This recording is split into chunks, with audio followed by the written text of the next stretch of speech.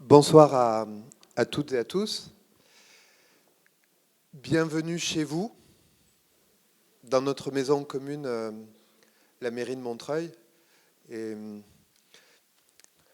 et je dois dire un petit mot pour ceux qui sont debout.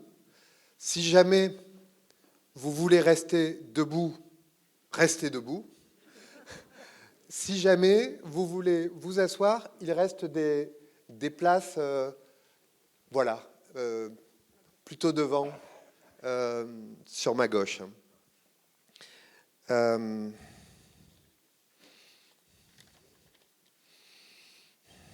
y a quelques mois, quand nous nous sommes rencontrés avec Bertrand Badi et le collectif de travail, le collectif de personnes engagées qui, autour de toi, a décidé de nous faire cette proposition de conférence.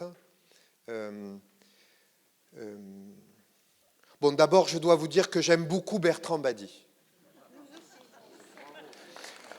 J'aime beaucoup Bertrand Badi pour une raison fondamentale, c'est qu'il s'adresse à notre intelligence.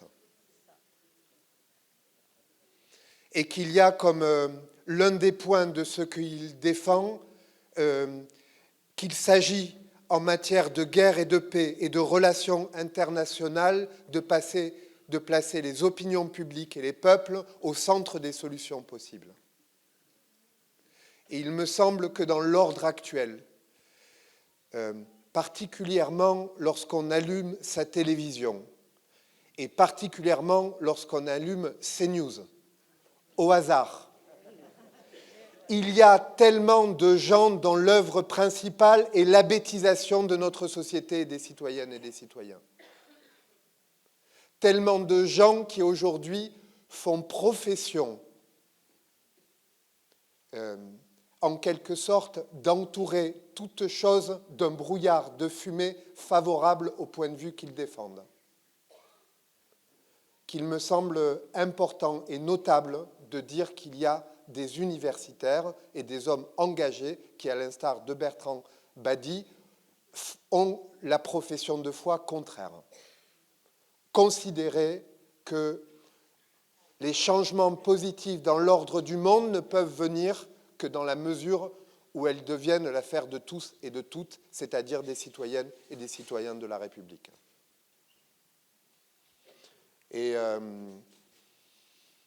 Et au fond, nous avions commencé à discuter avant le 7 octobre. C'est-à-dire avant les événements qui ont conduit aux actes monstrueux et à l'escalade monstrueuse auxquels nous assistons aujourd'hui en Palestine et en Israël. Nous l'avions décidé avant. Enfin, nous ne l'avions pas décidé avant. Nous avions commencé à réfléchir avant et à discuter avant. Et il m'a semblé, avec les élus responsables, en tant que votre maire, qu'il était encore plus important, d'une certaine manière, de lancer un séminaire citoyen, un moment de travail et d'éducation populaire autour des questions de guerre et de paix.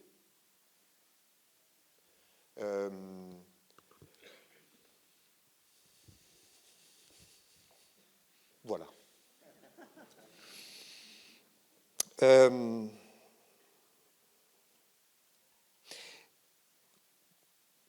Je vous l'ai dit, l'idée c'est de lancer pendant 6-7 mois, un grand temps de travail. Ce soir, c'est la conférence inaugurale.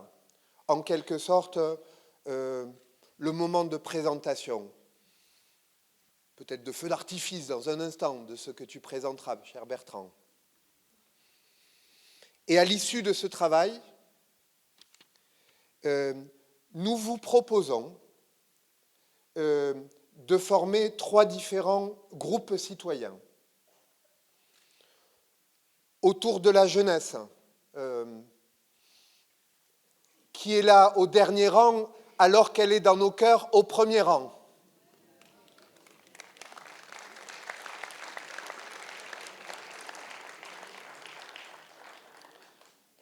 De personnes engagées dans les associations de deuxième groupe, dans les associations de solidarité internationale, des élus, des responsables publics, de ceux qui ont l'habitude de parler de ces sujets ou de parler des sujets en public, des gens engagés d'une manière ou d'une autre.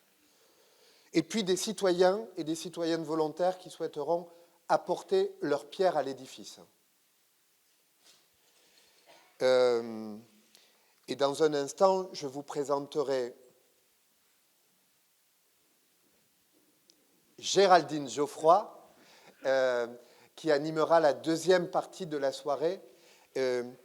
Géraldine Geoffroy a comme mission, s'est donnée comme mission dans la vie et dans l'ordre professionnel, mais aussi, je pense, dans son engagement en tout domaine, de favoriser la prise de parole des gens et ce que l'on appelle l'intelligence collective. Elle sera donc en quelque sorte l'aide, la modératrice et celle qui nous apportera la technique permettant de faire travailler quelques centaines de personnes ensemble au cours des mois qui vont se dérouler.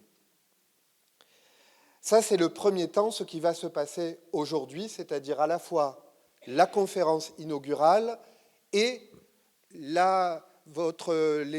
l'information et puis tout ce que Géraldine vous présentera dans un deuxième temps, comment on va s'inscrire dans le travail dans les semaines qui vont venir.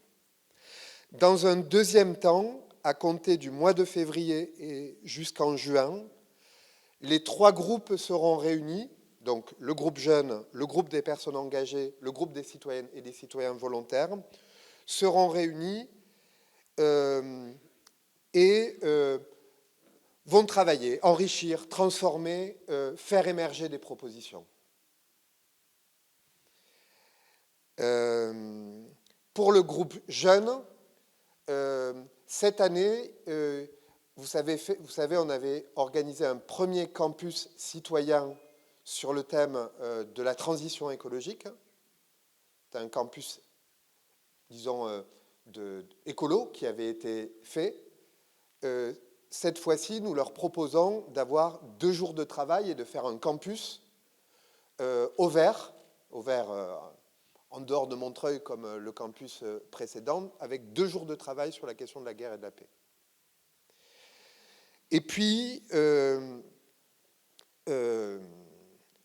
à vos côtés seront présents à la fois 3 élus de référence, que sont Méline Legourierec, la conseillère déléguée à la jeunesse, Alima Menouj, qui travaillera avec les personnes engagées, qui est adjointe chargée des questions internationales, et Nacera Definel, qui est adjointe au maire chargée des quartiers, et qui travaillera avec les citoyens volontaires et qui seront présents lors de ces ateliers. Je veux saluer la présence ce soir de Dominique Barry, qui est journaliste spécialisé en matière de relations internationales, Philippe de Botton, qui est l'ancien président de Médecins du Monde. Je veux saluer la présence de François Enerwein, qui est l'ancien rédacteur en chef du journal La Croix, de Pierre Laurent, qui est sénateur honoraire, ainsi que de Michel Laurent, qui a animé le collectif, et de François Sitel, rédacteur en chef de la revue Contretemps, et de Dominique Vidal, journaliste.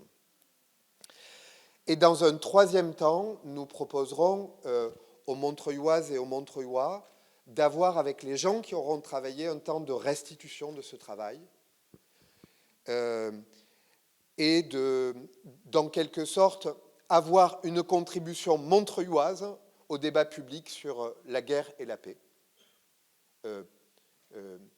Une contribution modeste, mais une contribution réelle au débat public.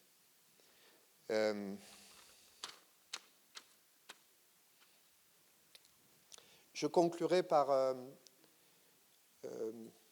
le petit conte suivant. C'est un conte que j'ai trouvé sur Internet. Il est dit qu'en chacun de nous, 2 loups cohabitent. Certains d'entre vous le connaissent. Un loup méchant et un loup gentil. et que nous devenons celui que nous nourrissons. Moi, un des grands bonheurs que j'ai de vivre à Montreuil, c'est la possibilité que nous donne notre ville, sa culture et ses valeurs, de construire ce type de moment qui nous permet, je l'espère, à la fois dans l'ordre collectif et dans l'ordre individuel, de nous développer, de développer notre capacité de comprendre, de dire le monde et d'en être acteur. Et c'est pour ça que je trouve que Montreuil est une très belle ville. Merci à tous.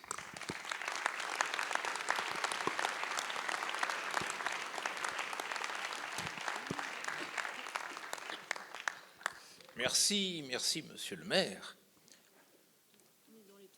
On est dans les temps, c'est formidable. Alors pour rester dans les temps, vous allez me laisser. J'offrirai à la mairie de Montreuil une horloge. Ça manque. Une belle horloge.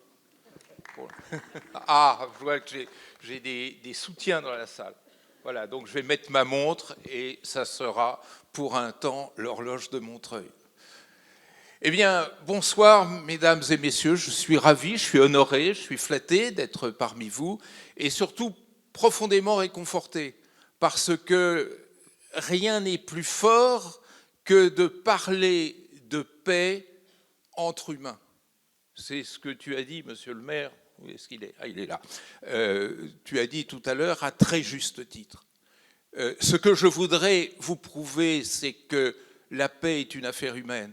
C'est-à-dire, c'est notre affaire à nous toutes et à nous tous. Alors, vous savez, dans le métier qui est le mien, d'enseigner les relations internationales depuis un demi-siècle, pourtant je suis très jeune, mais bon, voilà. Et il y a quelque chose déjà qui frappe. Il y a des dizaines, des centaines, des milliers de livres sur la guerre. Et il en sort tout le temps. Histoire de la guerre, traité de la guerre, narratif de la guerre, tout ce que vous voulez. La guerre en bande dessinée, la guerre en 101 proverbes ou je ne sais quoi. Il n'y a pas de livre sur la paix. C'est quand même quelque chose de frappant. Que personne ne croit utile d'écrire et de réfléchir sur la paix. Et si on veut un peu se montrer sous des atours de grand sérieux, on cherche dans la bibliographie anglophone, vous avez quantité d'ouvrages de War Studies, mais pratiquement pas d'ouvrages de Peace Studies. Ça, c'est quand même quelque chose contre quoi nous devons lutter. Et non seulement il n'y a rien sur la paix, mais on nous explique que la paix et la guerre, c'est l'affaire du diplomate et du soldat. Façon de vous dire poliment, ce n'est pas votre affaire. Je vais vous raconter une anecdote, vous en raconterai quelques-unes d'ailleurs. Et cette anecdote date d'il y a quelques années où je recevais un ministre des Affaires étrangères dont je tairai le nom parce qu'il paraît que cette conférence est enregistrée et qui devait parler à mes étudiants de master de Sciences Po de relations internationales. Et il nous a dit que la société française ou toute société du monde s'occupe des questions de guerre et de paix, ce serait comme admettre la famille du patient en salle d'opération. Façon de dire que la paix et la guerre n'est ni affaire d'humain, ni affaire de démocratie. C'est la dernière bastille de l'absolutisme. C'est ce que l'on appelle pudiquement, vous avez entendu la formule, le domaine réservé, le domaine régalien. Et tout ceci, mesdames et messieurs, si je commence sur ça, c'est pour vous dire comment s'est développée une maladie, une pathologie contre laquelle nous devons nous dresser et qui consiste à se montrer indifférent face aux guerres qui affectent notre monde. L'indifférence Et le meilleur allié de la guerre est le pire ennemi de la paix. Ce que nous voudrions faire, et merci monsieur le maire de nous aider, c'est de vaincre cette indifférence, c'est-à-dire de montrer que nous pouvons chacun apporter quelque chose. Vous savez, une nuit d'insomnie, j'ai compté le nombre d'acteurs qui peuvent agir en faveur de la paix. Je suis arrivé à 8 milliards au petit matin, c'est-à-dire autant d'humains qu'il y a sur Terre. Et cette indifférence, regardez, parlons de l'actualité. On sait que depuis ces événements tragiques du 7 octobre, on compte à Gaza à peu près officiellement 23 500 morts, mais avec celles et ceux qui sont sous les décombres, on doit en être à peu près à 35 000. C'est-à-dire 1,5% de la population de Gaza. C'est-à-dire, pour mettre cette terrible comptabilité à l'échelle de la France, c'est exactement comme si des bombardements sur la France avaient fait 1 million de morts. En proportion, c'est comme si notre pays avait soudain compté 1 million de morts. Et de quoi nous parle-t-on? Alors j'ai un petit vice, moi. Je ne regarde jamais CNews, mais je regarde le JT de France 2. Alors le 22 décembre, le jour où le Conseil de sécurité a eu la lâcheté de dire continuez votre guerre, mais faites pas trop de bruit, et puis essayez quand même de penser aux blessés, mais où il n'était pas question de cesser le feu, ça a été un moment terrible de notre histoire diplomatique, vendredi 22 décembre, alors j'ai pris le JT de 20h, présenté par M. Laurent Delard. Bon. Et pas un mot sur Gaza, mais un reportage de 6 minutes et demie sur la taille des gâteaux secs. C'est ça le problème de notre monde. C'est cette distance froide, cette indifférence qui pourrit notre jeu international et qui est le meilleur soutien apporté aux fauteurs de guerre. Parce que, mettez-vous à la place d'un fauteur de guerre, surtout lorsqu'il risque, en cas de paix, de se retrouver en prison. Son jeu, c'est de continuer la guerre. Et s'il a face à lui l'indifférence, pourquoi se gênerait-il? Donc, le premier rempart de la paix, c'est l'implication. Et c'est ça que je voudrais vous montrer. Et c'est ça qu'il faudrait que nous fassions ensemble, selon la démarche que notre maire a indiquée. Enfin, votre maire, mon frère. Et ce qu'il faut bien comprendre à travers cette histoire, c'est qu'il s'est passé ces derniers temps un autre événement dans la région du Proche-Orient. Les Houthis, c'est-à-dire ce groupe qui contrôle la capitale du Yémen, Sanaa, s'est mis à tirer des roquettes sur les bateaux qui empruntent la mer Rouge pour se rendre à travers le golfe d'Aqaba jusqu'en Israël. Alors là, tout le monde a réagi. 25 000 morts, ça n'a pas d'importance, mais quand même, porter atteinte au commerce international, ça c'est inadmissible. Et ça implique une coalition, la mise en place d'une coalition. Vous voyez comme on est sévère dans notre indifférence à l'égard de la guerre et de la paix, comment on l'est beaucoup moins quand ça touche aux intérêts commerciaux internationaux. Eh bien, derrière cette drôle de façade, il y a quelque chose de fondamental, de vraiment introductif à notre réflexion, qui est que, paradoxalement, dans notre histoire européenne, on n'a jamais défini la paix. Qu'est-ce que c'est la paix? C'est la non-guerre. Qu'est-ce que c'est la paix? C'est l'entre-deux-guerres. Ça, c'est le grand paradoxe, le premier des grands paradoxes de notre histoire européenne. que de mettre la guerre au centre des relations internationales et de ne parler de la paix que négativement. Alors, deux remarques. La première, c'est que ce n'est pas comme ça dans toutes les cultures. Si vous prenez, par exemple, la culture Peul, le peuple Peul africain, ce grand peuple de pasteurs africains, la paix a une définition positive.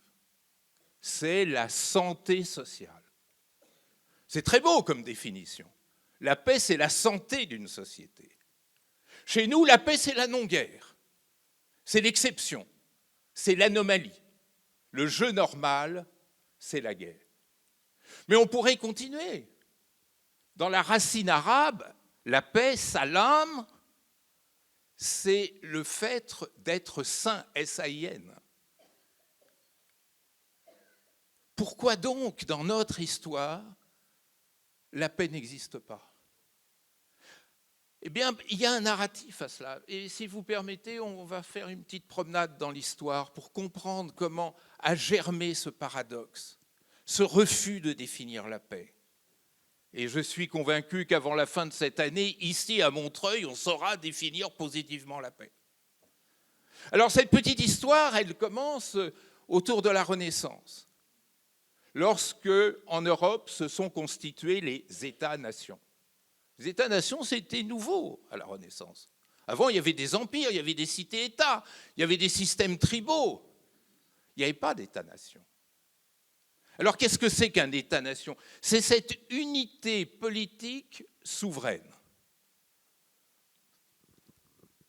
Et le piège vient de là.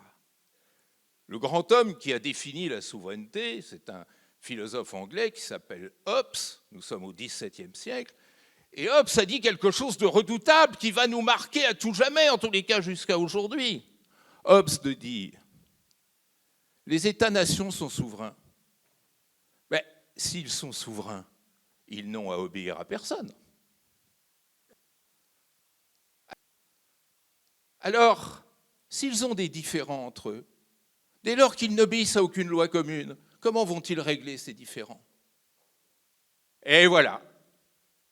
L'horreur dans notre belle histoire intellectuelle, c'est que nous avons ainsi mis en évidence que la guerre était utile, était fonctionnelle. La guerre, ça sert à quelque chose, ça sert à régler les problèmes. Et là, c'est la tâche originelle, là, c'est le péché originel, que de dire, que d'affirmer qu'il n'y a pas de jeu international possible sans la guerre.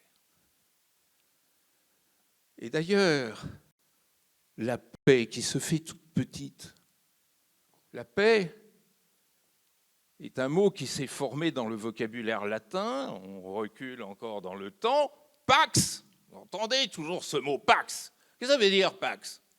Pax, ça veut dire le pacte entre deux individus qui sont en désaccord et qui règlent ainsi leur désaccord. Et c'est ça un autre paradoxe, aux racines même de la paix, il y a l'idée de transactions plus ou moins violentes entre individus. Mais si la paix, c'était quelque chose de substantiel, c'est ça que je vous propose, que nous vous proposons de rechercher. Mais non. Hobbes s'entête en disant, mais qu'est-ce que c'est qu'un État? Un État, c'est un gladiateur qui rencontre un autre gladiateur. Qu'est-ce que c'est que les relations internationales? C'est la guerre sans fin. Et attention, ceci engageait l'Europe, mais ceci va peu à peu engager le monde. Car cette Europe, elle va être propriétaire exclusive du système international, ignorant le reste du monde, et à mesure qu'elle découvrait le reste du monde, lui imposait sa grammaire. Et donc, peu à peu, ça va devenir le jeu international universel normal. Alors, on ne peut pas être en guerre tout le temps, c'est fatigant. Imaginez. Bon. Prenons nos deux amis, Dominique et Michel. Dominique se sent plus forte que Michel. Qu'est-ce qu'elle va faire? Rationnellement, elle va lui piquer son portefeuille. Puisque qu'est-ce qu'elle risque? Puisqu'elle sait qu'elle est plus forte que Michel. Et si Michel se considère comme plus fort que Dominique, ce qui serait peu aimable, eh ben, il va lui piquer son écharpe, puisque qu'est-ce qu'il risque? Vous voyez qu'à la racine de la guerre, il y a en même temps cette idée de compétition, et de compétition rationnelle, profitable. Je risque rien et je vais gagner. La guerre, c'est un peu le loto. Ça coûte pas cher et ça peut rapporter gros. Si maintenant, Michel sent qu'il est moins fort que Dominique, il ne va pas l'attaquer. Il va choisir une stratégie de paix. Et si, au miracle, Michel et Dominique se considèrent l'un l'autre comme de puissance équivalente, quel est le jeu rationnel? Le jeu rationnel, c'est de s'abstenir de toute violence. Parce que engager la violence en cas de puissance égale, c'est prendre de gros risques avec une chance très relative de gagner quelque chose. Donc, dans un calcul coût-gain, on va s'abstenir. Eh bien, mesdames et messieurs, vous voyez ainsi apparaître à 19h43 le concept central de nos obsessions internationales qui s'appelle l'équilibre de puissance. La paix, c'est rien d'autre que l'équilibre de puissance. Et comme c'est important, je vais vous le dire en anglais. Balance of power. Et pendant des siècles, notre Europe a vécu sur cette idée incroyable que la paix n'existe pas. Simplement, il y a un équilibre de puissance qui permet de ne pas se taper dessus à longueur de temps. Ça, c'est la doctrine officielle. C'est notre culture internationale. Alors, il y a des gens qui, très vite, se sont dit « ça ne marche pas ». Un grand penseur français, que tout le monde a oublié, ça c'est la meilleure façon de coller un étudiant quand on a envie de le faire, 18e siècle, négociateur au traité d'Utrecht, normand, près de Cherbourg, abbé, mais il paraît qu'il n'a jamais eu de sacrement, donc faux abbé ou demi-abbé, l'abbé de Saint-Pierre, grand penseur du XVIIIe siècle complètement ignoré, qui a dit « mais ça ne va pas à la tête ». Parler d'équilibre de puissance, la paix par équilibre de puissance, mais ils ont fumé leur moquette, ou plus exactement leur tapisserie à l'époque. Ça ne marche pas. Ça ne marche pas parce que comment voulez-vous avoir une paix durable qui repose sur un armement calculé? Et c'est toute l'illusion qui accompagne cette idée de désarmement. Et toute la force menaçante de ce que l'on appelle la course aux armements. Donc cette idée d'équilibre de puissance, elle va durer, parce que l'abbé de Saint-Pierre, personne ne va l'écouter, d'ailleurs il est oublié par tout le monde, c'est pourtant le premier, qui a d'ailleurs écrit la première esquisse d'un traité de paix perpétuelle, c'est-à-dire ce que le grand philosophe allemand Emmanuel Kant reprendra à son compte un peu plus tard. Mais ce que je voudrais vous dire, mesdames et messieurs, c'est que à partir de là, il y a eu une très forte tension. Une très forte tension entre des monarques, des princes, des titulaires de pouvoir politique, des chefs d'État, des gouvernements, qui vont construire peu à peu cette idée de guerre comme ressource principale. Il n'y a rien de tel que la guerre pour consolider l'État, pour consolider le pouvoir du prince, et qui vont banaliser toute une série de pratiques, cet équilibre de puissance dont je parlais tout à l'heure, cette politique d'armement, cette politique transactionnelle, je y reviendrai tout à l'heure, la transaction qui paraît si aimable, en fait, elle a quelque chose de diabolique, du style il y a un problème entre nous, on va se taper dessus et en fonction des résultats du rapport de force, on fera transaction, on transigera, tu me donnes ça, je te donne ça. C'est-à-dire, en gros, je te prends un bout de territoire ou je te prends ta fille comme future reine chez nous, etc., etc. Ça, c'est donc un jeu politique intime qui dure encore aujourd'hui, qui est encore réel aujourd'hui. Mais face à cela, mesdames et messieurs, on va voir apparaître quelque chose qui réchauffe le cœur, mais qui va être dur, difficile. C'est peu à peu l'appropriation sociale de la question de la guerre et de la paix. Au début, les sociétés ignoraient même ce qu'était la guerre. La guerre, c'est une affaire d'Aristote, la noblesse d'épée. Et le simple peuple ne connaissait la guerre que par les effets indirects, les razzias, les épidémies. Mais ce n'était pas l'affaire des peuples. Ils restaient hors de la salle d'opération, comme dit celui que je citais tout à l'heure. Et peu à peu, la société va se rapprocher de ces questions.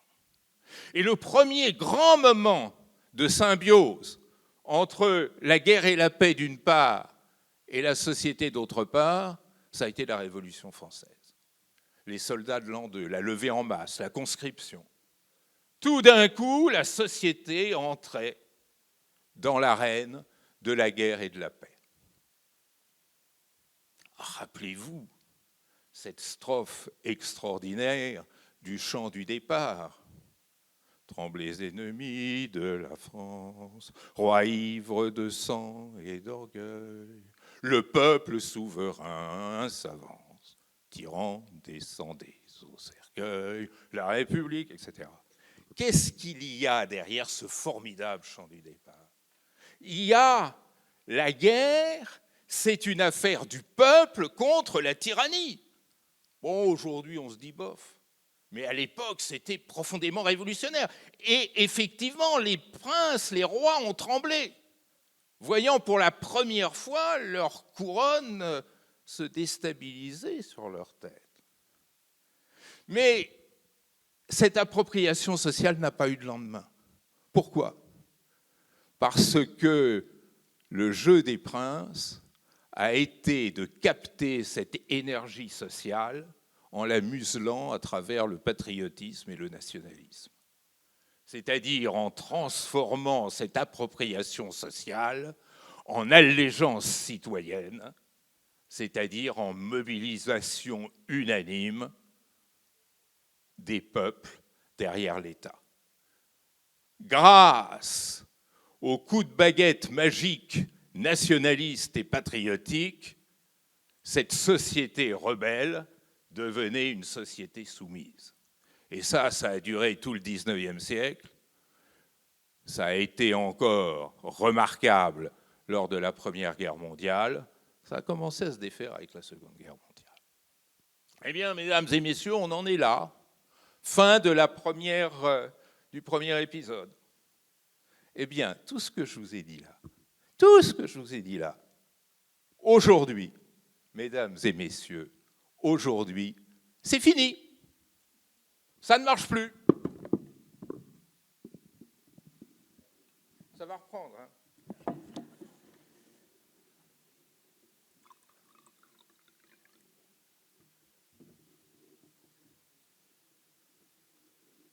Ajustons l'appareil.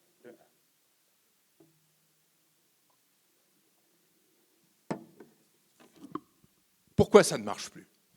Eh bien, parce que on ne veut pas voir 3 énormes ruptures qui ont complètement bouleversé cette grammaire. 3 ruptures que nous autres universitaires, nous n'avons même pas le droit d'enseigner, notamment la première.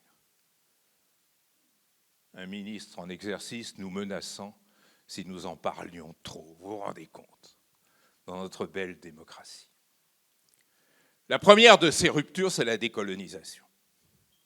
Oh, il ne faut pas parler de décolonisation, c'est du wokisme, c'est de l'islamo-gauchisme.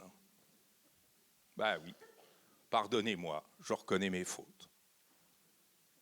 Eh bien, pourquoi la décolonisation est une rupture?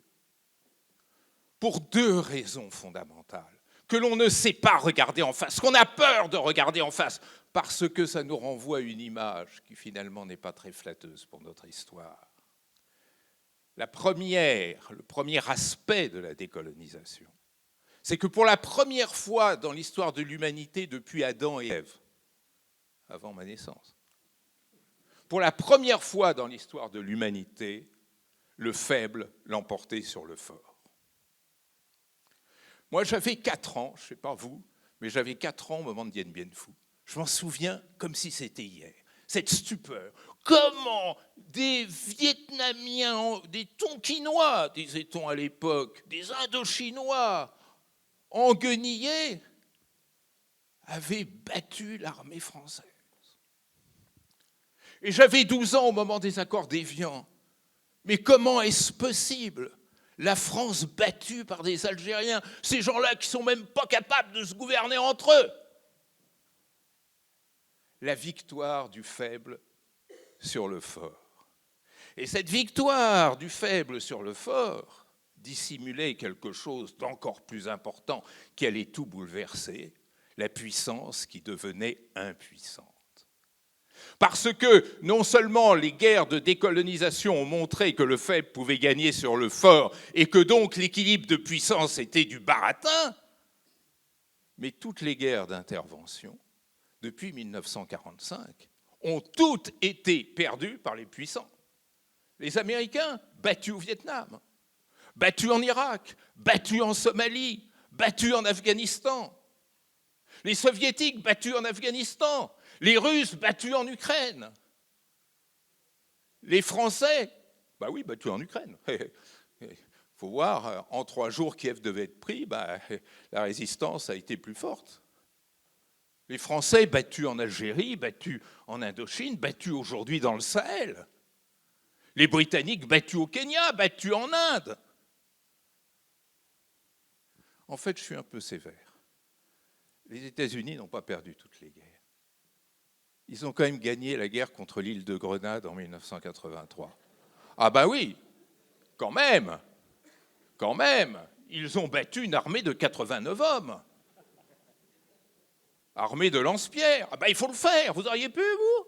Voilà. Mais s'ouvre alors une réflexion profonde, qui est comment se fait-il qu'avec la décolonisation, nous entrions dans cette ère nouvelle où la puissance n'est plus le levier d'Archimède, n'a plus cette capacité vantée par Hobbes, vantée par tous les stratèges. Et puis derrière la décolonisation, il y avait autre chose. Cette vision du monde inventée par l'Europe à la Renaissance, elle n'était plus universelle. Vous vous rendez compte, il y en a d'autres qui pensent autrement que nous, qui ont une autre vision du politique, qui ont une autre vision de la nation, qui ont une autre vision du territoire, une autre vision de l'État, une autre vision des frontières, une autre vision des conflits. Et pourquoi, dans un monde mondialisé, on ne prendrait pas en compte la vision des autres ? On en est là dans l'histoire. Cet incroyable contresens qui est de penser que notre culture de la paix est seule au monde. Et si d'autres avaient d'autres visions ? Et si on s'efforçait d'aller vers les visions des autres ? Moi, vous savez, il y a beaucoup de lieux que j'aime énormément, mais là où je suis vraiment fusionnel, c'est quand je suis en Afrique. L'Afrique m'a toujours fasciné par sa force, par sa beauté, par son intelligence, par son humanité. Et écoutons le discours de la jeunesse africaine sur la paix, et on sera surpris. Ce n'est pas la reprise de ce qu'on dit 55 Faubourg Saint-Honoré. Ça, c'est une première rupture. La deuxième rupture, c'est une rupture liée à la dépolarisation, la chute du mur. Mais la chute du mur, c'est une chute de pierre. Il y a quelque chose de beaucoup plus important. L'effondrement de la bipolarité, ça s'est produit un certain 2 décembre 1989, en rade de la Valette, à Malte, sur un bateau de guerre américain, où le président de l'URSS, Mikhail Gorbatchev, rencontre le président des États-Unis, George H. Bush. Et Gorbatchev dit à Bush qu'il en est resté bouche bée. C'est de là que vient l'expression. Il lui dit, l'URSS n'est plus intéressée par la compétition avec l'Occident. Et là, on a entendu un énorme bruit, c'était le fameux Hobbes qui se retournait dans sa tombe. C'est-à-dire la compétition des gladiateurs était terminée. Il y avait une autre entrée dans les relations internationales. Et cette autre entrée, elle va se profiler au fil des années qui vont immédiatement suivre. C'est la troisième grande rupture, qui est la mondialisation. Alors la mondialisation, faire attention. D'abord, si vous croyez savoir ce qu'est la mondialisation, c'est que vous vous trompez. On ne sait toujours pas définir ce concept de mondialisation, qui est affreusement plus compliqué qu'on ne le dit généralement. Mais en revanche, on en connaît les symptômes. Et ces symptômes, ils réécrivent la paix. Premier symptôme de la mondialisation, c'est l'inclusion. Pour la première fois, à nouveau depuis Adam et Ève, les revoilà, tous les peuples du monde sont dans le même bateau, sauf les Palestiniens. Ça veut dire quoi? Ça veut dire que pour la première fois, et ça c'est notre génération qui le découvre en direct, il y a un seul système international qui inclut tout le monde.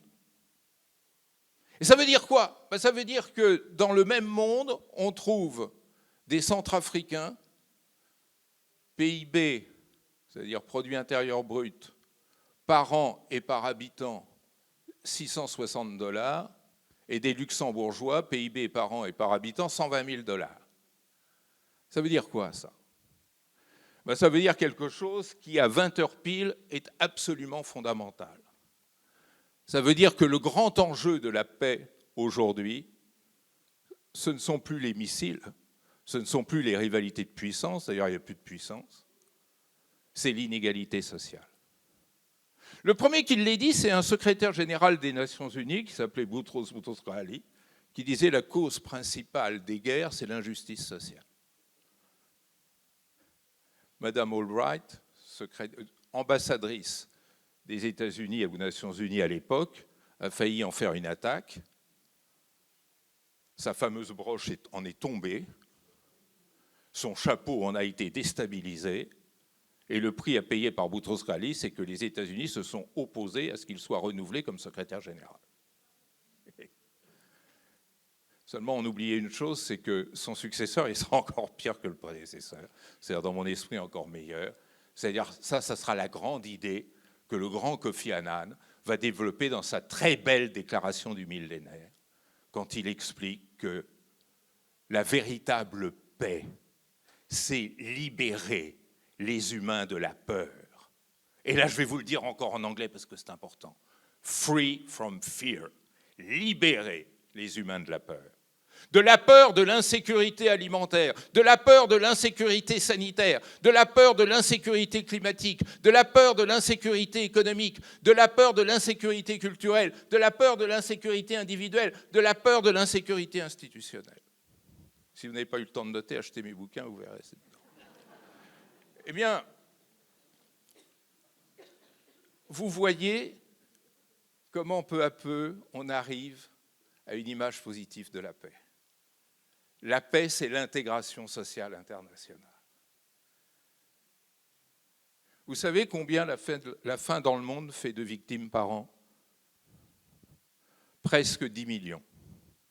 C'est-à-dire que la faim dans le monde, en termes de dégâts humains, c'est l'équivalent de 8 attaques par jour sur le World Trade Center, et cela durant toute l'année. On n'arrête pas de nous parler de terrorisme. Au JT de 20 heures, M. Laurent Chose n'arrête pas de nous parler de la menace terroriste. Le terrorisme dans le monde, ça fait entre 10 000 et 40 000 morts. Vous allez me dire, c'est déjà énorme, ce qui est vrai. Mais la faim dans le monde, c'est 10 millions. Vous savez qu'il y a dans le monde 825 millions d'individus qui ne mangent pas à leur faim, avec toutes les conséquences que cela peut avoir sur le plan éducatif, sur le plan sanitaire, sur le plan social, politique, etc. Et on pourrait ainsi continuer et découvrir la nouvelle lumière de la paix. Et surtout que la mondialisation, qui remet l'enjeu social au centre du monde, donc un enjeu qui nous est commun à tous, a aussi pour effet, et ça c'est tout à fait remarquable, de créer une interdépendance généralisée. C'est ça la mondialisation. Tout le monde dépend de tout le monde et réciproquement. Je dépends de Michel et Michel dépend de moi. Et ça veut dire quoi, ça ? Ça veut dire que le faible continue à dépendre du fort, d'accord, mais ça veut dire que désormais, de plus en plus, le fort dépend du faible. Et là, on a déjà la solution du mystère. Comment ça se fait que les puissants sont moins puissants ou devenus carrément impuissants aujourd'hui ? Tout simplement parce qu'ils dépendent du faible. Ils dépendent du faible en matière énergétique, ils dépendent du faible en matière économique, en matière commerciale, tout un tas d'interdépendances de la sorte. Et puis le troisième élément de la mondialisation, c'est la mobilité. Tout ce qui était dans notre ancien monde relevait du fixisme, du statisme. N'oubliez pas que État et statisme, ça a la même étymologie. Eh bien, aujourd'hui, nous sommes entrés dans un monde de mobilité. C'est-à-dire, ce qui fait le monde, c'est ce qui bouge. C'est la raison pour laquelle, mesdames et messieurs, la migration, c'est l'avenir du monde. Arrêtons les sottises. Ben oui. J'aurais préféré que vous n'applaudissiez pas ce monsieur, mais enfin, bon. Aujourd'hui, le monde doit être pensé dans sa mobilité. Et c'est la mobilité qui fait la richesse du monde. Et ça aussi, c'est un facteur de paix. Que non seulement profiter de la mobilité, car j'en gagne beaucoup à apprendre de l'autre qui vient d'ailleurs, mais c'est aussi mettre nos pendules à l'heure. Nous sommes dans un monde qui est fait pour bouger. Vous savez combien de milliards d'euros l'Union européenne a dépensé pour Frontex, pour toutes ces opérations de barrage? Et combien de centimes ont été consacrés à l'invention d'un modèle social nouveau qui reposerait sur une juste régulation de la mobilité? Rien. Même pas le prix d'un croissant. Eh bien, voilà cette triple rupture. Alors, je m'approche, je crois, de la fin, n'est-ce pas ? 10 minutes, c'est ça ? Pour vous dire que, sur la base de tout ça, vous avez une triple relecture de la paix. La première de ces relectures, c'est celle qui nous apprend que le centre de gravité de la paix passe du politico-militaire au social, du stratège à l'individu responsable, ce piéton de la mondialisation que nous sommes tous. Eh bien, c'est là le sens de la réflexion et de la création que nous attendons de vous, c'est-à-dire que le piéton de la mondialisation se mette en marche pour construire cette paix sociale mondiale. Ça, c'est un premier élément. Le deuxième élément, il est plus ambitieux encore. C'est qu'à travers toutes ces transformations, nous prenions conscience de ce que l'on ne veut pas voir, l'unité profonde du monde. C'est-à-dire que ce qui menace le plus aujourd'hui, ce n'est pas ce qui inquiéterait la France, les États-Unis, la Russie, le Bhoutan ou le Lesotho. Ce qui menace le plus, c'est ce qui affecte l'humanité tout entière. Ça, c'est une conversion. La sécurité nationale s'efface devant la sécurité globale. Parce que quand le Covid attaque, avant d'attaquer, il ne va pas regarder votre passeport. Il ne va pas regarder si vous êtes un clandestin. Il ne va pas regarder si vous avez votre titre de séjour en règle. Il ne va pas regarder votre religion. Il ne va pas regarder si vous avez un tissu ou pas sur la tête. Il va vous attaquer parce que vous êtes un humain. Et donc, le grand travail de définition et de réinvention de la paix, c'est cette union de tous les humains face à des dangers qui sont communs à l'ensemble de l'humanité. C'est-à-dire créer une sécurité alimentaire. Tant qu'il y aura un individu, un être humain qui meurt de faim, nous ne serons pas dans un monde de paix. Reconstruire un monde de santé, c'est-à-dire capable de se protéger contre des épidémies. La nouvelle vague va arriver. Un monde de sécurité climatique. Et la sécurité climatique, elle ne se compose pas différemment en France, en Allemagne ou en Pologne. Et avoir cette stupide idée, rien n'est plus stupide que les COP. Vous savez, les COP 1, 2, 3, machin. Tiens, l'autre jour, j'ai fait un cauchemar. Je vais vous le raconter. Je me dévoile. On était en 2325 et je vivais encore. Bon, c'est sympa. Ce qui était moins sympa, c'est que je regardais le JT, il y avait toujours Laurent Delahousse, machin. Il était toujours là. Et il disait, la COP 364 vient de se tenir à Tréfouilly-les-Canards, grande victoire, les gouvernements se sont mis d'accord pour que dans 30 ans, la température du monde baisse de 1 degré, donc on ne sera plus à 52 mais à 51. Voilà. Ça c'est ce que j'appelle la méthode transactionnelle. C'est-à-dire des petits accords entre États. Toi, Pologne, je te laisse un bout de charbon parce que tu aimes ça, mais tu me laisses un bout de gaz parce que j'aime ça ici. La paix ne se construira jamais comme ça. Elle ne peut se construire qu'à partir de l'intériorisation des biens publics mondiaux. Et c'est ça la grande conquête. Définir et protéger solidairement ces biens publics mondiaux. Et puis, il y a une troisième chose. Et cette troisième chose, c'est de voir la situation de schizophrénie dans laquelle nous nous trouvons. Car nous vivons dans un monde bizarre où il y a deux systèmes internationaux qui se télescopent tous les jours. Il y a le système international réel, celui qui vient des profondeurs de la société, avec ses dangers et ses espoirs. Et puis il y a le système international périmé, mais qui est encore le système international officiel, qui inspire encore le droit international, les politiques étrangères, les diplomaties, les Jupiters de la Terre. Et ça, celui-là, il est hors des réalités. Le grand enjeu, c'est de savoir faire gagner le monde réel sur le monde imaginé par les princes pour sauver leur couronne. Eh bien, il y a pour réaliser tout cela, on va bientôt atterrir, rassurez-vous, et même en avance sur Lorraine.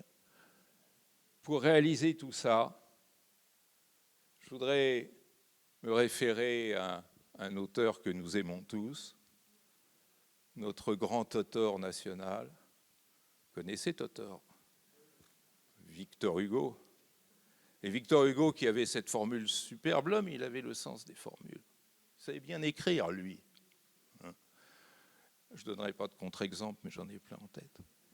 Et Victor Hugo disait « Il n'y a pas de paix possible sans la sympathie des âmes ».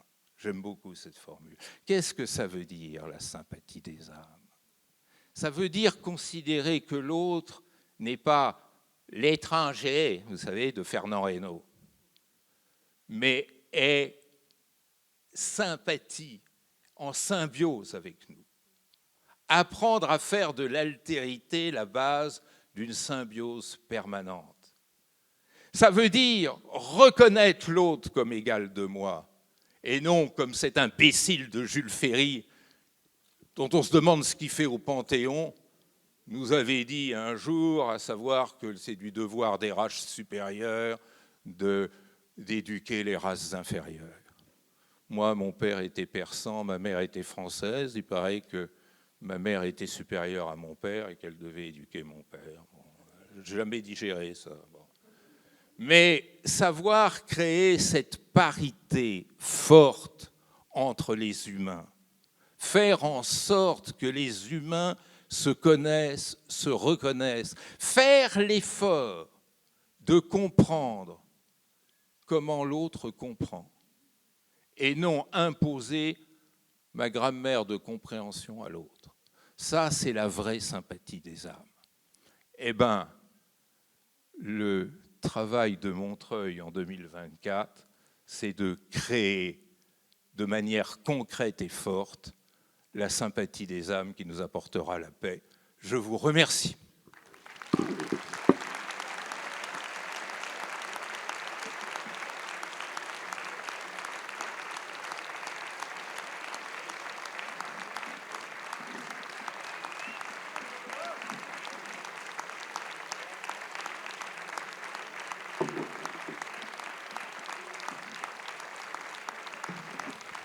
Merci beaucoup. J'adore ça, moi, les applaudissements. Je trouve que c'est ça la sympathie des âmes.